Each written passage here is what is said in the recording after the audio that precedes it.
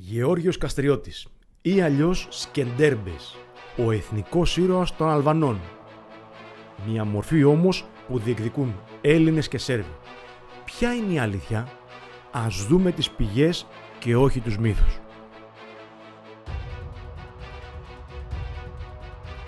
Πάμε λοιπόν να δούμε το ιστορικό πλαίσιο. Ο Γεώργιος Καστριώτης γεννήθηκε γύρω στο 1405 στην Κρούγια της Αλβανίας ή στην Σινέ, αν προφέρω καλά το όνομα της περιοχής στην Αλβανία, ας με συγχωρέσετε φίλοι Αλβανοί, σε μια εποχή όπου το Βυζάντιο καταραίει, οι Σέρβοι εξασθενούν μετά το θάνατο του Στέφανου Δουσάρ και ασφαλώς πια ανεβαίνουν οι Οθωμανοί. Η οικογένεια του Καστριώτη, οι Καστριώτες, ήταν τοπικοί άρχοντες με κτήσεις τόσο στην Ήπειρο όσο και στην Αλβανία. Ποια είναι η καταγωγή όμως τώρα της οικογένειας? Οι Καστριώτες εμφανίζονται ως ηγέτες στις πηγές γύρω στα τέλη του 14ου αιώνα. Ο ιστορικός Φρατζής τους αναφέρει ως άρχοντες της Υπήρου. Ορισμένοι άλλοι λόγοι τους θεωρούν ελληνικής καταγωγής. Άλλοι όμως, όπως οι δυτικοί χρονογράφοι, τους καταγράφουν ως Αλβανούς ηγεμόνες. Υπάρχει η άποψη για σλαβική επιρροή, καθώς η περιοχή είχε σερβικές εγκαταστάσεις από το Δουσάν. Πάμε να δούμε πιο συγκεκριμένα τώρα τον Γεώργιο Καστριώτη. Ο Γεώργιος Καστριώτης δόθηκε όμηρος στους Οθωμανούς.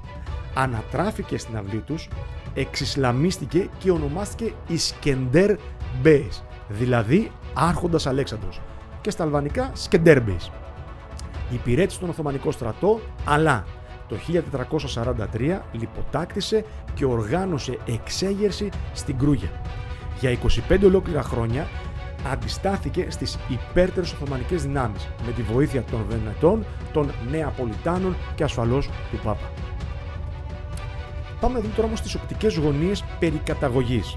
Αν ανήκει στους Έλληνες, στους Αλβανούς, στους Σέρβους ή και κάπου που θα δούμε αμέσως. Πάμε να δούμε καταρχάς την ελληνική οπτική γωνία. Ορισμένοι Έλληνες λόγοι τον παρουσιάζουν ως Υπηρώτη και Έλληνα. Η οικογένεια είχε κτήματα στη Βυζαντινή Ήπειρο, ενώ ο ίδιος στη Διαθήκη του αναφέρεται ως άρχον Υπηρώτης και όχι άρχον Αλβανών. Έτσι. Επιπλέον, πολλοί από τους συμμάχους του και από τους συμπολεμιστές του ήταν Έλληνες άρχοντες της περιοχής. Η αλβανική τώρα οπτική γωνία. Στη σύγχρονη λοιπόν αλβανική ιστοριογραφία, ο Σκεντέρμπεης θεωρείται εθνικός ήρωας.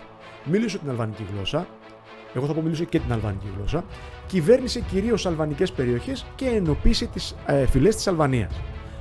Ο δικέφαλος αετός που χρησιμοποιεί στη σημαία του αποτέλεσε κιόλας το πρότυπο για τη σημερινή αλβανική σημαία. Πάμε τώρα να δούμε την οπτική γωνία των Σέρβων. Υπάρχουν σερβικοί ισχυρισμοί ότι η περιοχή που ήλεγχαν οι Καστριώτες άνοικαν στο στέμμα του βασιλιά της Σερβίας, δηλαδή του Στέφανου Δουσάν. Κάποιες λοιπόν σερβικές πηγές μιλούν για σερβικές ρίζες των Καστριωτών, αλλά δεν έχουμε αδιάστατα στοιχεία για άμεση σερβική καταγωγή. Μάλλον πρόκειται για πολιτική ένταξη παρά για εθνοτική ένταξη. Υπάρχει όμως και μία άλλη οπτική γωνία. Μήπως τελικά ο Γεώργιος Καστριώτης ήταν απλά ένας Βυζαντινός της εποχής? Ο Γεώργιος Καστριώτης, ο Σκεντέρμπεης, ήταν ορθόδοξος ως το τέλος της ζωής του. Σεβόταν τη βυζαντινή κληρονομιά της Υπήρου. Η χρήση του δικέφαλου αετού συνδέεται με τα βυζαντινά πρότυπα. Συνεργάστηκε στενά με Έλληνες λογιούς και κληρικούς. Έτσι μπορούμε να τον δούμε και ως συνεχιστή της βυζαντινής πολιτικής παράδοσης. Πιθανότατα είναι ο τελευταίος βυζαντινός άρχοντας. Ποια είναι τελικά η ταυτότητά του? Ο Γεώργιος Καστριώτης έζησε σε εποχή που οι σύγχρονες εθνικές ταυτότητες δεν υπήρχαν, με την έννοια όπως το έχουμε σήμερα. Δεν μπορούμε να πούμε ότι είναι Αλβανός, δεν μπορούμε να πούμε ότι είναι Έλληνας με τη σημερινή έννοια. Έτσι, ξεκάθαρα, δεν μπορούμε να το πούμε αυτό. Ήταν ένας τοπικός ηγεμόνας βαλκανικής αριστοκρατίας, με βυζαντινή παράδοση, ελληνική παιδεία, αλβανική βάση εξουσίας και είχε σχέσεις και με τους Σέρβους και με τους Ιταλούς. Ποια είναι η κληρονομιά που αφήνει τώρα ο Γεώργιος Καστριώτης? Σήμερα κάθε έθνος βλέπει σε αυτόν ένα κομμάτι της ιστορίας του. Οι Αλβανοί τον θεωρούν θεμέλιο του έθνους τους, οι Έλληνες τον βλέπουν ως Έλληνα Υπηρώτη και οι Σέρβοι ως άρχοντα που κινήθηκε στο χώρο της αυτοκρατορίας τους. Όμως εδώ θα πρέπει να πούμε και να μιλήσουμε, να αναφερθούμε και σε μια προβληματική που υπάρχει σχετικά με τους Αλβανούς και τον Γεώργιο Καστριώτη ή αλλιώς τον Σκεντέρμπεη. Υπάρχει λοιπόν μια ενδιαφέρουσα αντίφαση. Στους αιώνες μετά το Σκεντερμπέι, οι περισσότεροι Αλβανοί εξισλαμίστηκαν και έγιναν γνωστοί ως Τουρκαλβανοί, στενοί σύμμαχοι και στρατιώτες της Οθωμανικής Αυτοκρατορίας. Πώς λοιπόν σήμερα έχουν ως εθνικό ήρωα έναν ηγέτη που αφιέρωσε τη ζωή του στον πόλεμο εναντίον των Οθωμανών? Η απάντηση εδώ είναι ότι ο Σκεντερμπέι λειτουργεί συμβολικά, ως μύθος εθνικής ενότητας και αντίστασης, ανεξάρτητα από τις μεταγενέστερες ταυτότητες και θρησκευτικές αλλαγές.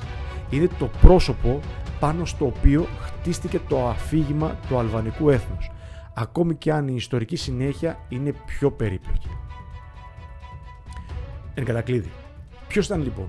Ποιος ήταν ο Γεώργιος Καστριώτης? Ποιος ήταν ο Σκεντερμπέι? Ήταν ένα γέννημα της μεσαιωνικής Βαλκανικής. Δεν μπορούμε να τον εντάξουμε 100% στην Ελλάδα, δεν μπορούμε να τον εντάξουμε 100% στην Αλβανία, ούτε στη Σερβία. Κατά τη γνώμη μου, θα ήταν πιο δόκιμο να χρησιμοποιήσουμε τον όρο Βυζαντινός. Πιθανότατα να είχε ελληνικές ρίζες, πιθανότατα να είχε και αλβανικές ρίζες. Αυτά είναι δύσκολο να εξευρεθούν 100%, διότι οι κύριες πηγές που χρησιμοποιούμε είναι οι προφορικές ή αλλιώς οι γραπτές, δηλαδή τα βιβλία. Εν πάση περιπτώσει, ήταν ένας ηγέτης που ένωσε διαφορετικές παραδόσεις και έμεινε στην ιστορία για την αντίστασή του στους Οθωμανούς. Αυτό ήταν το βίντεο για την καταγωγή του Γεωργίου Καστριώτη, για την καταγωγή του Σκεντερμπέι. Αν σας άρεσε αυτό το βίντεο και αν θέλετε να βλέπετε κι άλλα τέτοια βίντεο, κάντε μία εγγραφή στο κανάλι μου στο YouTube. Χτυπήστε το κουμπάκι να σας έρχονται οι ειδοποιήσεις και αφήστε και σχόλιο από κάτω από το βίντεο. Ελάτε να το συζητήσουμε, ελάτε να μου πείτε τις απόψεις σας, ό,τι πηγές έχετε ανεβάστε. Τα λέμε την επόμενη φορά με νέο βίντεο που αφορά την ιστορία.